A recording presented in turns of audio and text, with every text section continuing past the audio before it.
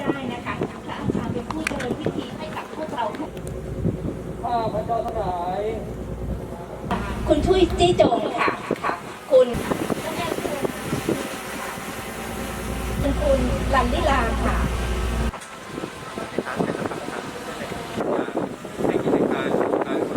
นะโมตัสสะภะคะวะโตอะระหะโตสัมมาสัมพุทธังนิรันตรังใจขอพรเราถวยเทพเทวาภูสิทธิเมปสิทธิเตข้าพระเจ้าทั้งหลาย